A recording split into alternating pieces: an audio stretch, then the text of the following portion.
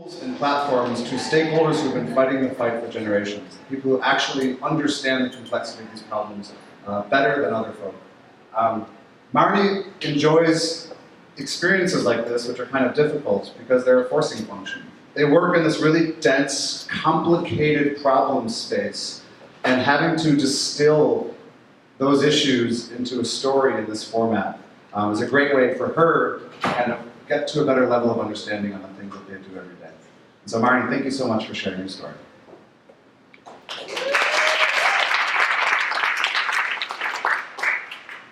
Hi. So I'm Marnie Webb, and I work for Caravan Studios. We're a nonprofit organization and a division of TechSoup Global. We're down on Brannan in between 3rd and 4th Street by the ballpark. And at Caravan Studios, we spend a lot of time actually building solutions for communities. So we go in and we build apps and other tools that we hope get at some of the most pressing issues and problems that those communities are having. And the thing that we struggle with and think about is how do we design those tools in a way that engage those communities? So we start with something that's called Generate, where we work with people to look for opportunities for technology to solve problems. It's not coming up with the ideas yet, it's the place the idea will stick to.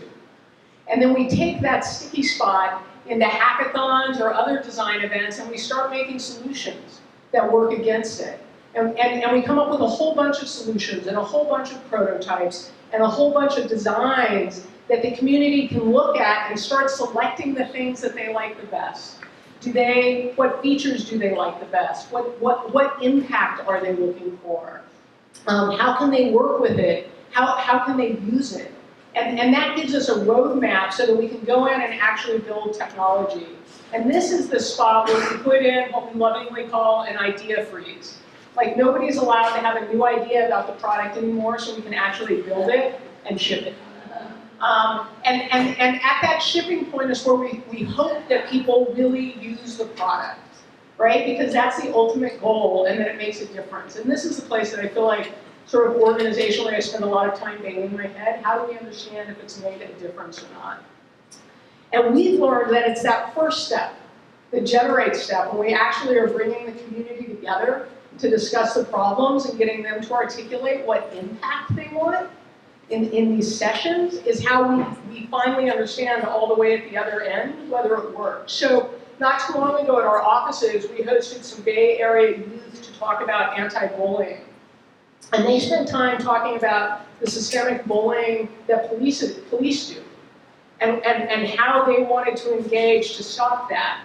And what we heard from them is they had this real desire, for example, to share data. They wanted to share the data that was their lived lives and stories in a way that could compete with data in journalism and published by government.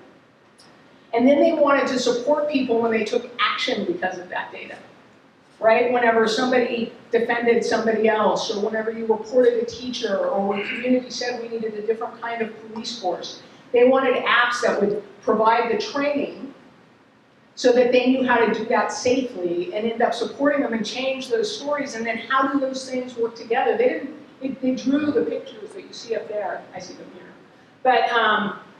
But they really spent time talking about this. And when we're in any of those sessions, we learn more and more about what the community has to offer to these solutions, the infrastructure that's in place, and then momentum. And because we have to write grants, we try to figure out how to plot that in a graph so that it looks scientific, right? Like short-term community, long-term community, infrastructure, and give it numbers, and it's a scatter plot. And so that we can try and somehow make it seem like it's inevitable. But it's this quality of momentum that we find ends up being the most important, the thing that the people talk about at the generators the most, and it is the thing that is the hardest to describe to somebody, whether it's there or not. You know, we know that Supreme Court justices have been able to get away with saying, I know it when I see it, right? And talking about pornography, it's funny, but foundations don't really accept that when we try and write it into our grant applications. So we thought about how do we quantify this momentum? How do we actually provide a score? So that there's some way for us not to measure it and necessarily be super scientific, but to debate it. and to be able to talk about where the community's interest is. So we went back to the grid that we created and said, what if we just assign each quadrant a number?